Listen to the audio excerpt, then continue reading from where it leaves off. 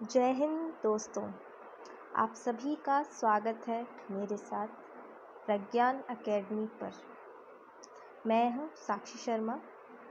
कल जो हम टॉपिक डिस्कस कर रहे थे वो हम कर रहे थे सूर्यातप तथा उसे प्रभावित करने वाले कारक, जिसमें हमने सूर्यातप के बारे में जान लिया था। अब हमें डिस्कस करना था सूर्यातप को प्रभावित करने वाले कारक।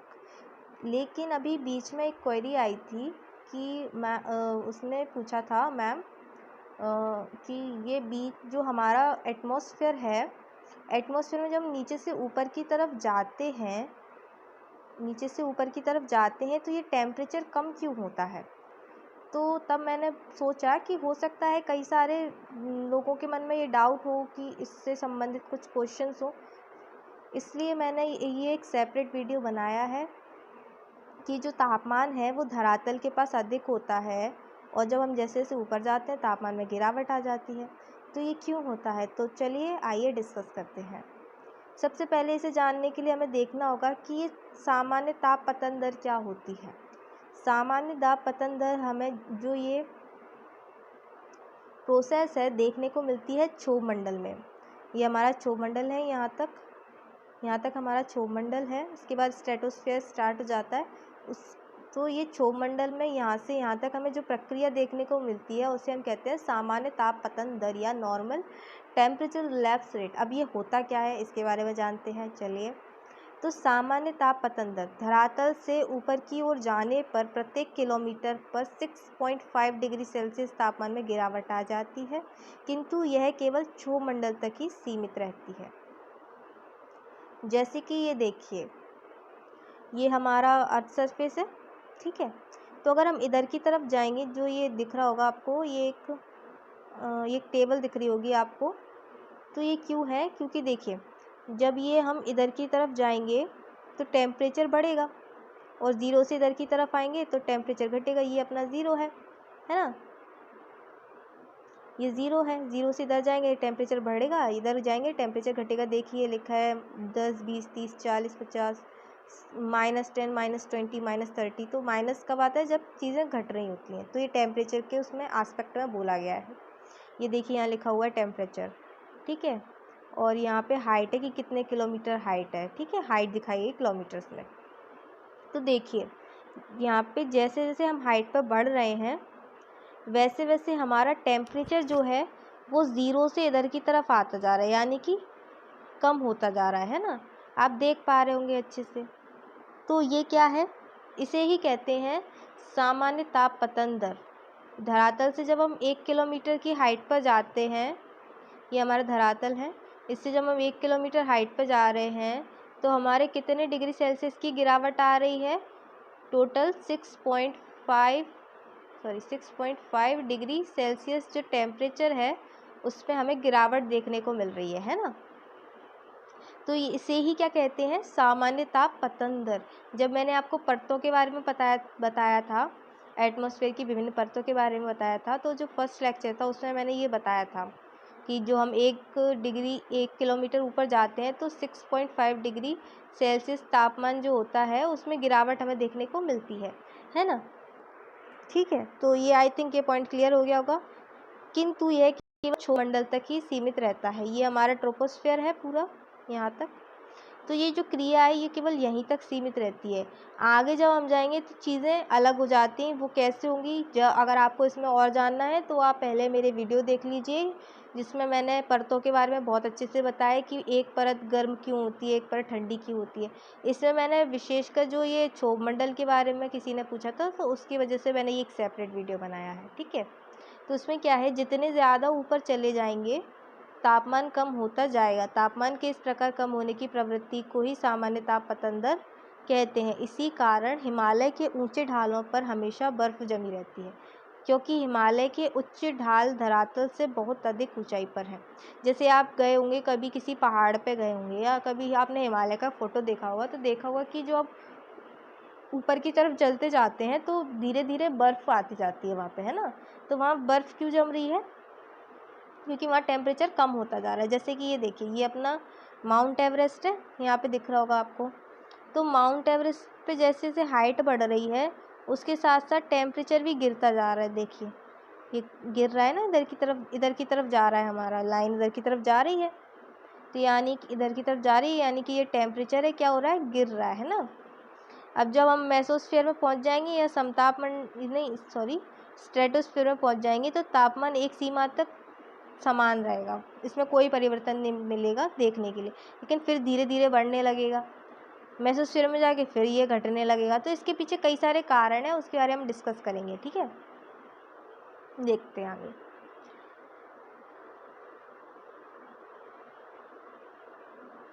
क्षोभ मंडल में ऊंचाई बढ़ने के साथ साथ ही तापमान में भी गिरावट आती है, किंतु समताप मंडल में पहुंचने पर यह गिरावट रुक जाती है ना। तो जो ये सामान्य ताप पतन दर है वो कहाँ तक की क्रिया है, केवल क्षोभ मंडल तक की, है ना। तो देखिए ये इसमें क्या लिखा है, troposphere air temperature decrease with height. जैसे जैसे ऊपर बढ़ जाएंगे जो टेम्परेचर है वो डिक्रीज होता जाएगा, है ना। जबकि स्ट्रेटोस्फियर में क्या हो रहा है, air temperature increase with height due to sunlight sunlight absorb by ozone. ठीक है, अब ये यहाँ पे ओजोन का क्या आ रहा है मैटर, तो ये देखिए ये पृथ्वी है हमारी, ये ट्रोपोस्फियर है, ये समताप मंडल है या स्ट्रेटोस्फियर, ये यहाँ पे ये गलत लिखा हुआ है, ये क्षोभ मंडल है। ठीक है, तो क्या है इसके जब हम थोड़ा ऊपर जाएंगे यानी कि समताप मंडल में एंटर करेंगे तो एक लेयर मिल रही है हमें, ये क्या है, ये ओजोन लेयर है ना। जब सूरज होता है, सूरज से जो किरणें आती हैं, जो विकिरण आते हैं, वो क्या करती है, ये ओजोन की लेयर है ये एब्जॉर्ब कर लेती है और यहाँ का जो टेम्परेचर है, टेम्परेचर बढ़ जाता है। क्यों, क्योंकि यूवी रेज गर्म होती है ना। जब यहाँ पे ये ओजोन लेयर इसको ग्रहण कर लेगी, अवशोषित कर लेगी, तो यहाँ का टेम्परेचर भी ऑटोमेटिकली बढ़ जाएगा, है ना। तो इसलिए बोला गया कि ऊपर जब स्ट्रेटोस्फीयर में जाते हैं जो तापमान का जो बढ़ना स्टार्ट हो जाता है ना, तो ये इसीलिए होता है। तो इसलिए हम ये जो बोलते हैं, जैसे कि ऊपर लिखा हुआ है कि जो ये सामान्य ताप पतन दर की क्रिया है ये केवल क्षोभ मंडल तक ही सीमित है ना। ठीक है, यहाँ तक शायद आपको क्लियर हो गई होगी बात। धरातल के समीप सभी भारी गैसें होती हैं, जबकि हल्की गैसें वायुमंडल की ऊपरी भाग में पाई जाती हैं। सभी ग्रीन हाउस गैसें भारी होती हैं, जैसे CO2, जलवाष्प आदि सभी धरातल के समीप वायुमंडल की ऊष्मा मुक्त नहीं हो पाती, अतः तापमान में एकाएक वृद्धि देखने को मिलती है। वहीं जब वायुमंडल में कुछ ऊपर की ओर जाते हैं तो सभी भारी गैसें जैसे CO2 तथा जलवाष्प की मात्रा में कमी देखने को मिलती है, अतः ऊपर की ओर जाने पर तापमान में गिरावट आती जाती है। देखिए भाई, जब ना ये देखो आपको ये दिख रहा होगा, ये हमारा अर्थ सरफेस है, ये माउंटेन्स है, ठीक है। अब ये क्या है हमारी, यहाँ तक हमारा क्या है, क्षोभ मंडल है। अभी यहाँ पे एक गैस दिख रही है CO2, है ना। CO2 क्या है, एक भारी गैस है। अभी भारी गैसेस क्या होती हैं, ये पृथ्वी के ज़्यादा निकट होती है ना। जो भारी चीज़ें होती हैं भाई वो पृथ्वी के ज़्यादा निकट होती है और जो हल्की होंगी वो ऊपर उठेंगी। तो जो सभी भारी गैसेज हैं वो पृथ्वी के निकट होती हैं। अब CO2 एक भारी गैस है, प्लस ये ग्रीन हाउस गैस है। ग्रीन हाउस गैसेज क्या होती हैं, ये देखिए, ग्रीन हाउस गैसेस क्या कर, जैसे CO2 है, CO2 एक ग्रीन हाउस गैस है। जब क्या होता है, ये जो सूर्य से किरणें आती हैं, जो सूर्य से विकिरण आता है, वे किस रूप में आता है, शॉर्ट वेव या लघु तरंगों के रूप में आता है ना। तो तब क्या होता है, तो ये CO2 इसके लिए पारदर्शी हो जाती है, मतलब ये ईजिली इसमें एंटर कर जाती है। ठीक है, CO2 की जो एक लेयर होती है उसमें से आराम से इसमें पृथ्वी में एंटर कर जाती है। अब पृथ्वी गर्म हो जाती है, इससे पृथ्वी गर्म हो जाती है तो क्या करती है, अब गर्म चीज़ तो विकिरण छोड़ेगी, तो ये भी छोड़ती है। लेकिन जो CO2 होती है, जब ये पृथ्वी छोड़ती है विकिरण को, तो ये दीर्घ तरंगों के रूप में छोड़ती है और CO2 से क्या करती है, CO2 इसे जाने नहीं देती बाहर, ये उसके लिए अपारदर्शी हो जाता है और इसे रिफ्लेक्ट करके वापस अर्थ पे भेज देती है ना। ये देखिए ये वापस आ रही है, इसकी बहुत थोड़ी सी मात्रा ही ऊपर जा रही है। तब क्या होता है कि जो हमारा जो टेम्परेचर है वो ऑटोमेटिकली बढ़ जाता है। अब ये देखिए यहाँ पे, ठीक है, तो मैं यही समझाना चाह रही थी आपको कि जो CO2 है वो भारी गैस है, प्लस ये ग्रीन हाउस गैस है। ग्रीन हाउस गैसेस क्या होती हैं, जो लॉन्ग वेव्स होती हैं जो पृथ्वी से ऊपर की तरफ जाती हैं विकिरण, उनके लिए अपारदर्शी होती हैं, जबकि सन से जो आती हैं शॉर्ट वेव्स या लघु तरंगें, उनके लिए क्या होती हैं, ये पारदर्शी। ठीक है, तो यहाँ तक बात समझ आ गई होगी। यहाँ एक बहुत अच्छा चित्र है जिसमें बहुत अच्छे से बताया है कि जो CO2 है, कई सारी गैसेस हैं, ठीक है, उसके साथ में जो क्या कहते हैं अदर जो हैं जलवाष्प वगैरह, धूलकण वगैरह, सब यहाँ पे ट्रोपोस्फेयर में हमें ज़्यादा देखने को मिलते हैं बजाय ऊपर जाके,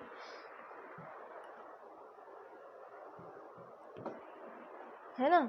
तो देखिए जलवाष्प कैसे, जलवाष्प भी क्या होते हैं, जलवाष्प भी ग्रीन हाउस का एक बहुत बड़ा कारण है। जलवाष्प क्या करते हैं, ये जो हीट निकलती है इसे एब्जॉर्ब कर लेते हैं। कैसे अब देखिए, पृथ्वी गर्म हुई, अब पृथ्वी पे कोई भी जो पानी वगैरह होगा, कुछ भी होगा, अब गर्म होके क्या होगा, वाष्पीकृत होगा, है ना, एवोपरेशन होगा उसका। तो क्या होगा, तो ये क्या होता है, जो ये वाष्प होती है इसमें होती है लेटेंट हीट या गुप्त ऊष्मा, है ना, गुप्त ऊष्मा या लेटेंट हीट। अब ये गुप्त ऊष्मा क्या होती है, जैसे हम कभी मतलब देखिए, हम जब किसी पतीले में पानी गर्म करते हैं, ठीक है, पानी गर्म करते हैं आग पे, तब क्या होता है, उससे भाप निकलती है। भाप कैसी होती है, गर्म होती है। अगर आपने थोड़ा सा साइंस पढ़ा होगा या फिर 10th तक अगर आपको थोड़ा ध्यान से पढ़ा होगा, तो आपने एक चीज़ पढ़ी होगी कि जो एनर्जी होती है, ठीक है, एनर्जी होती है वो कभी ख़त्म नहीं होती, बल्कि अपना जो रूप होता है उसमें परिवर्तन कर लेती है ना, रूप में परिवर्तन कर लेती है, लेकिन मौजूद ज़रूर रहती है ना। तो क्या होता है कि जो हम पानी गर्म करते हैं तो उस टाइम पे जो भाप निकलती है वो गर्म क्यों होती है, ये नीचे से एनर्जी लग रही है इसमें थोड़ी सी, है ना, ऊष्मा आ रही है, ठीक है, हीट है। तो अब इसने क्या किया है, जो ये ऊष्मा है इसने अपने रूप में परिवर्तन कर लिया है।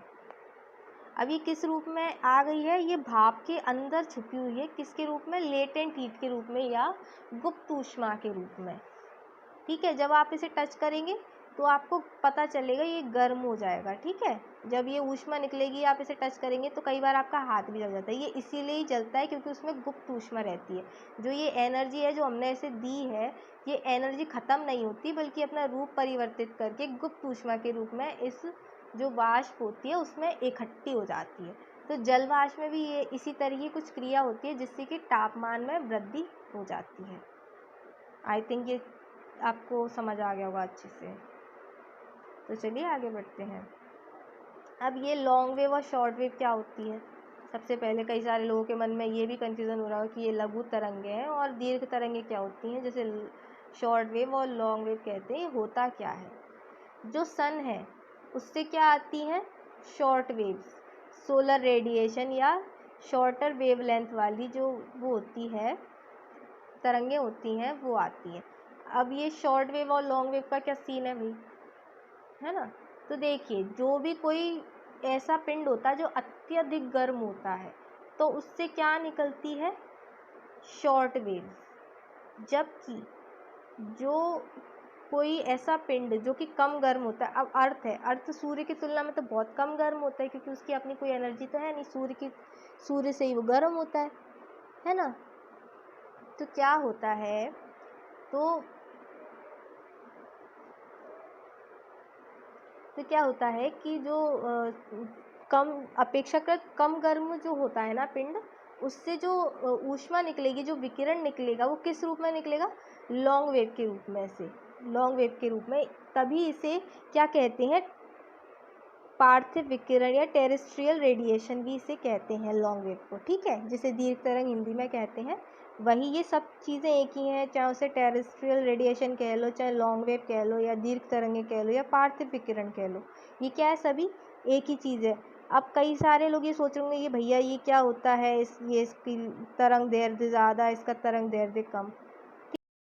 ठीक है, आप समझा देती हूँ। जिसका तरंग दैर्ध्य कम होता है उसे हम क्या कहते हैं, शॉर्ट वेव्स, और जिसका तरंग दैर्ध्य ज़्यादा होता है उसे हम क्या कहते हैं, लॉन्ग वेव्स। अब ये तरंग दैर्ध्य क्या होता है, जैसे ये हमारी एक वो है, वेव है, ये ऐसे से जा रही है, ठीक है, जा रही है ना, तो इसके बीच में जो इसका यहाँ पे ऐसे ही एक पूरा कर्व बनाएगी ना,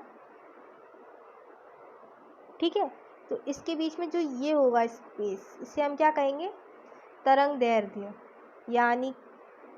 यानी कि वेव लेंथ, किसी तरंग की लंबाई ना, ठीक है।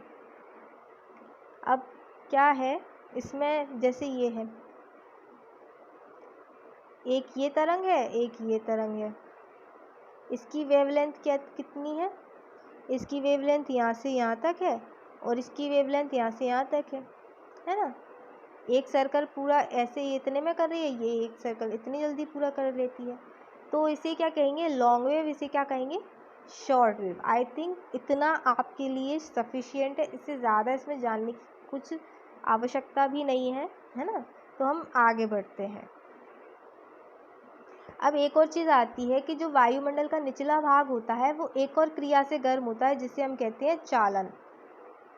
क्या कहते हैं, चालन या कंडक्शन।